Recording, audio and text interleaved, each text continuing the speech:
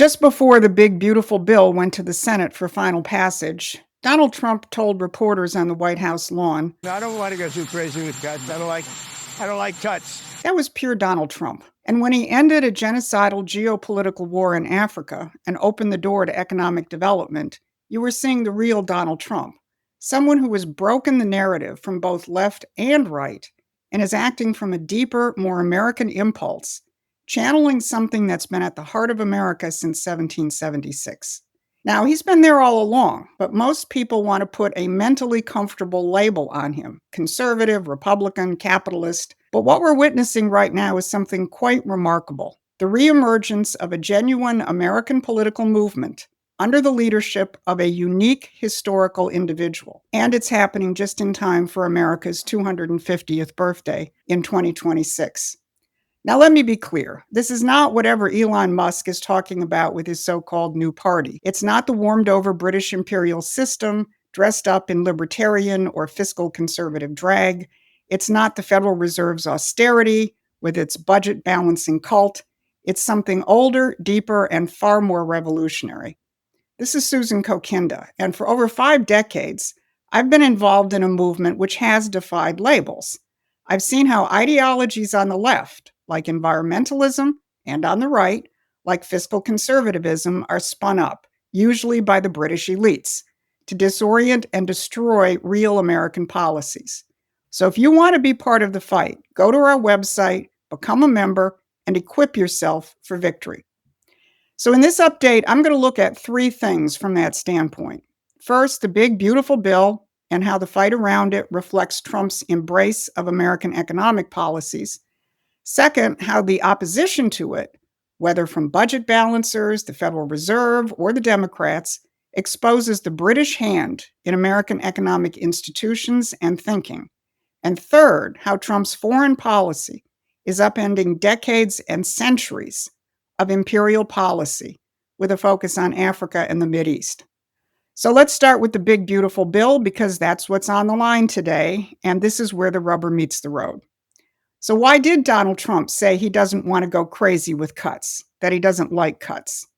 That's got to be setting the hair on fire for a lot of Heritage Foundation acolytes. Trump and his team know that you have to build your way out of a crisis. Treasury Secretary Scott Bessent said it yesterday to Laura Ingraham. We're going to pay the debt down by growing the economy. Now, everyone knows that the big, beautiful bill has had to accommodate certain political realities to get as far as it had. But Bessent pointed out the big, beautiful bill contains foundational elements of an overall strategy, which includes tariff, immigration reform, tax policy, all of which are designed to reshape and grow the economy. Now, everyone hammers away at the budget office's claim that the bill will massively increase deficits. On Maria Bartiromo on Sunday, Trump didn't flinch. He talked instead about getting our spirit back. We brought spirit back. We brought respect and dignity back. He's talking about reviving the American producer identity. American economics is not about dollars and cents. It's about unleashing the creative power of the human mind. Now, Scott Bessent not only took on the Congressional Budget Office, but he also took on the Federal Reserve's attempted sabotage of the bill. He, like Trump, pointed out that Fed Chair Jerome Powell is keeping interest rates up, which of course affects the size of the federal debt and feeds the demands of the budget cutters. But he also pointed to Powell's comments made at a forum this week, where the Fed chair admitted that interest rates were being kept up because of Trump's tariff policies. Even Laura Ingraham was struck by Powell's hatred of tariffs. And the way Bessent put it was, so I don't know, I guess this tariff derangement syndrome happens even over at the Fed. Bessent went on to point out that the budget cutters attacking the bill don't take into account the revenues coming from tariffs, which are estimated at $3 trillion over the next 10 years. This is a different way of thinking, and that's why Trump is so adamant about making us a manufacturing superpower and growing the living standards of workers and defending benefits to seniors and others. Physical production and human minds are the source of wealth, not some algorithm that generates a financial profit. That's where a lot of the tech bros have a problem because it's about investing in the future, not managing income streams for central banks and hedge funds. But here's the kicker. Trump's problem isn't just with the Democrats. It's coming from inside the House, from budget-cutting fundamentalists, the libertarians, and groups like the Heritage Foundation. These are the people who have internalized the British system of economics, whether they know it or not. Well, some knew it all along. Go look up the role of British economist Stuart Butler, who first founded the Adam Smith Institute in London in 1977 and then was dispatched to the US to guide the Heritage Foundation in 1979. Much of today's pushback on Trump's big, beautiful bill can be traced back to Butler's British policy influence at Heritage. Now, this is also related to Elon Musk's libertarian opposition to the bill and talk of forming an American party. Well, it's not American. If Musk had intellectual honesty, he'd call it the Austrian Party, because he is a self-avowed follower of Milton Friedman and the Austrian school philosophy. So this question of a new party is not just today's shit fit coming from Elon Musk. The globalists clearly understand that their Democratic Party, if it stays in the hands of the likes of Tim Walz and the new New York mayoral candidate Mamdani, is committing political suicide. There is undoubtedly some deck chair rearranging going on as they try to figure out how to deal with the reality of Trump's new Republican Party of workers and producers. Because Donald Trump is doing something that we've only seen a few times in American history.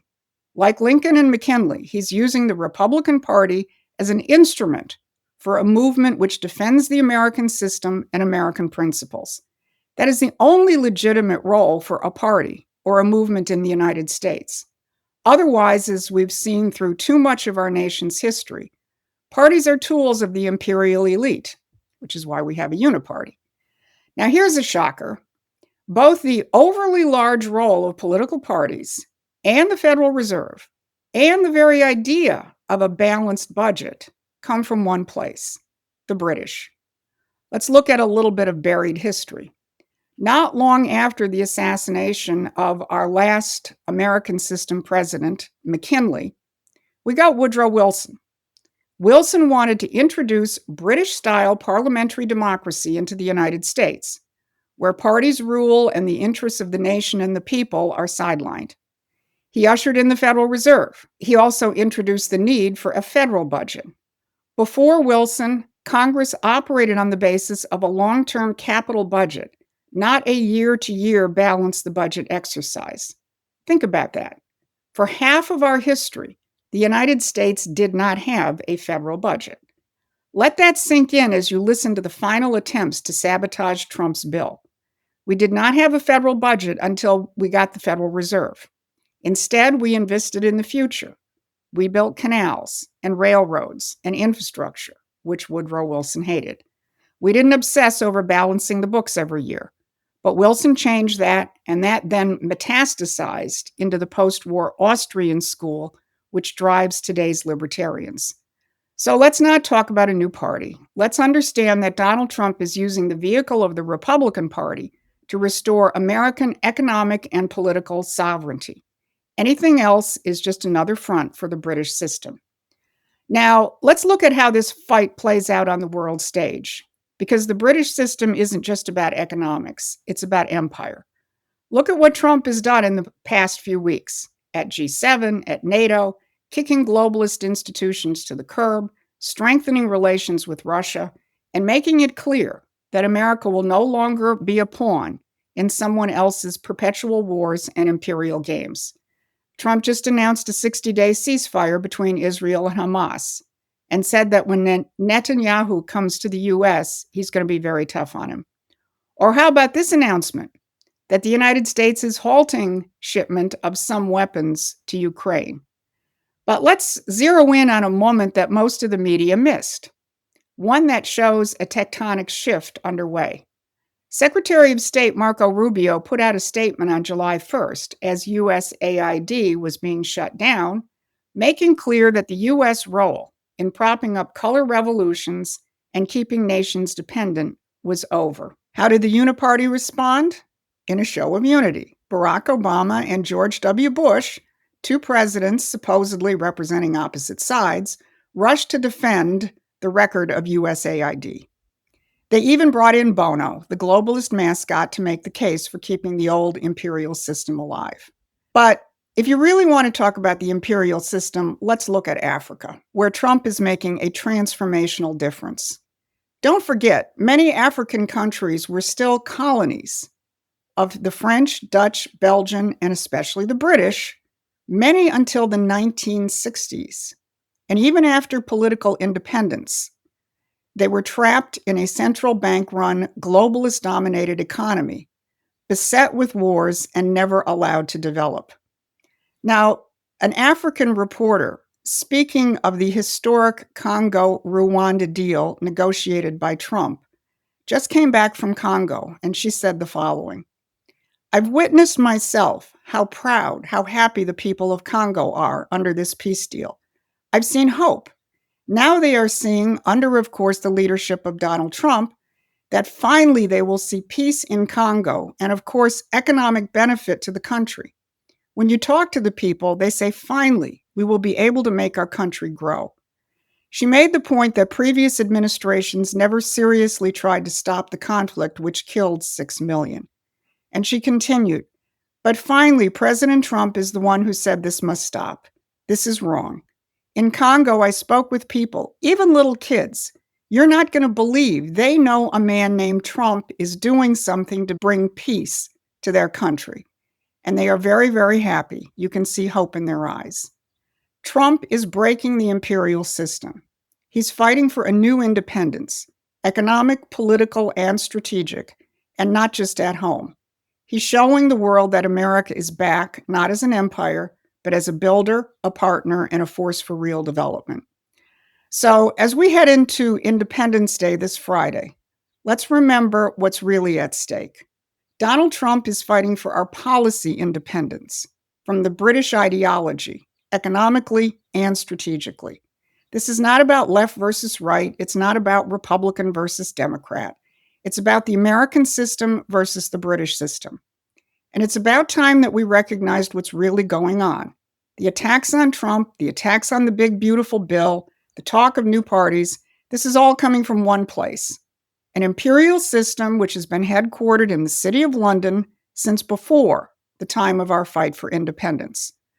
So as you celebrate Independence Day this Friday, remember, the celebration is not just for our independence from Britain in 1776. The fight for our independence from the British globalist system today is what is ongoing. And Donald Trump is leading the way, and we have a real chance to win that fight. Hundreds of thousands of people are responding to Promethean Action's updates and to this message. And thousands are subscribing to our free newsletter because they're discovering a strategic clarity you can't get anywhere else. We are close to our goal of having 1,000 paying members. We would like to celebrate Independence Day by hitting and exceeding that goal and ramping up the fight. So please join our growing community of paid members. This is Susan Kokinda. Stay focused, keep building. Happy Independence Day, and thanks for watching. Please take a moment and subscribe to our free newsletter at prometheanaction.com.